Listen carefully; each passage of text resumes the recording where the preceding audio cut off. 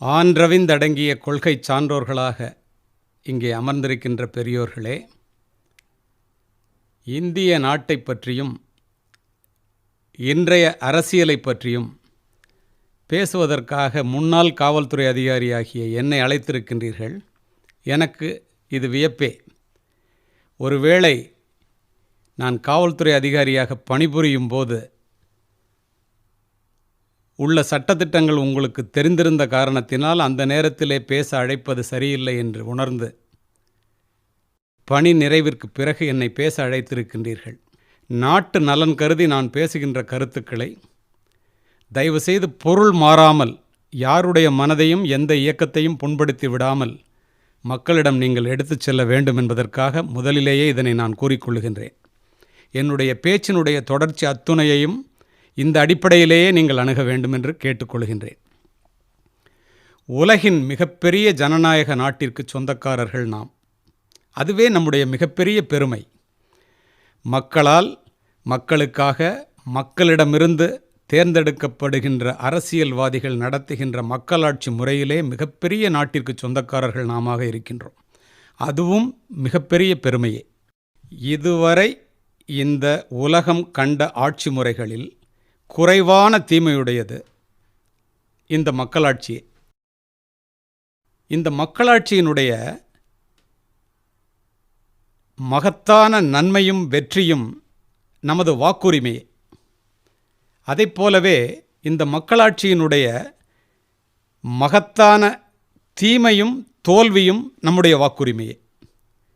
நமது மக்கள் இந்த வாக்குரிமையை எந்த நோக்கத்தோடு பயன்படுத்துகிறார்கள் என்பதை பொறுத்தே இந்த ஆட்சியின் நன்மையும் தீமையும் முடிவு செய்யப்படுகிறது என்றால் அது மிகையல்ல.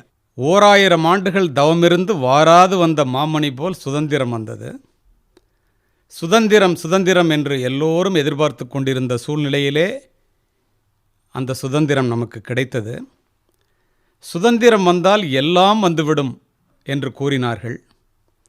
சுதந்திரம் வந்தது, ஆனால் எல்லாம் வந்துவிடவில்லை. இந்த சுதந்திரத்தை வைத்துக்கொண்டு என்ன செய்வது என்று நமக்கும் தெரியவில்லை. சுதந்திரம் இருக்கிறது என்ற ஒரு நன்மையையும் பெருமையையும் தவிர இன்னும் நாம் எதிர்பார்த்த தேசம் நம் கைவசப்படவில்லை.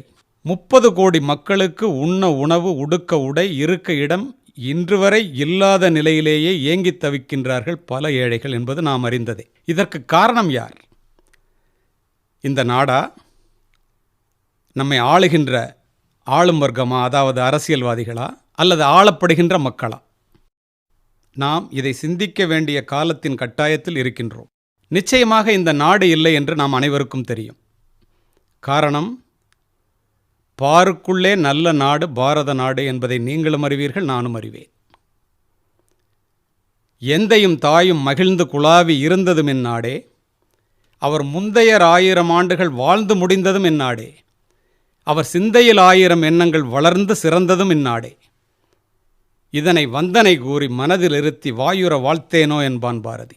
அவ்வளவு சிறப்பு வாய்ந்த நாடு. வெள்ளிப்பனிமலையின் மீதுலவுவோம், அடி மேலைக்கடல் முழுதும் கப்பல் விடுவோம், பள்ளித்தலம் அனைத்தும் கோவில் செய்குவோம், நம் பாரத தேசம் என்று தோள் கொட்டுவோம் என்றான். அதோடு மட்டுமா, பாரத நாடு பழம்பெரும் நாடு, நீரதன் புதல்வர் என்ற நினைவகற்றாதீர் என்றான். அவ்வளவு பெருமை, அவ்வளவு நல்ல நாடு. தமிழ்நாட்டை பற்றி சொல்ல வந்த பாரதி தனக்கே உரிய பாணியிலே, செந்தமிழ் நாடென்னும் போதினிலே இன்பத் தேன் வந்து பாயுது காதினிலே, நம் தந்தையர் நாடென்னும் பேச்சினிலே ஒரு சக்தி பிறக்குது மூச்சினிலே. காவிரி தென்பெண்ணை பாலாறு, தமிழ் கண்டதோர் வையை பொருணை நதி என மேவிய ஆறுபல ஓடத்தன் மேனி செழித்த தமிழ்நாடு என்றான். தமிழ்நாடே செழித்திருந்தது என்கின்றான். கல்வி சிறந்த தமிழ்நாடு, புகழ் கம்பன் பிறந்த தமிழ்நாடு, நல்ல பல்வித மாயின சாத்திரங்கள், மனம் பாரங்கும் வீசிடும் தமிழ்நாடு என்றான். ஒழுக்கம், மனசாட்சி, சாத்திரங்கள் அத்துணையும் தமிழ்நாட்டிலே இருந்ததால் தமிழ்நாட்டினுடைய மனம் பாரங்கும் உலகெங்கும் வீசியது என்கின்றான். இதிலிருந்து நாம் என்ன தெரிகின்றோம்? நாடு நல்ல நாடு, நாடு செழுமையான நாடு, நாடு ஒழுக்கமான நாடு. இப்படி பார்க்கையிலே நிச்சயமாக இன்றைய மோசமான நிலைக்கு காரணம் நம்முடைய தேசம் அல்ல.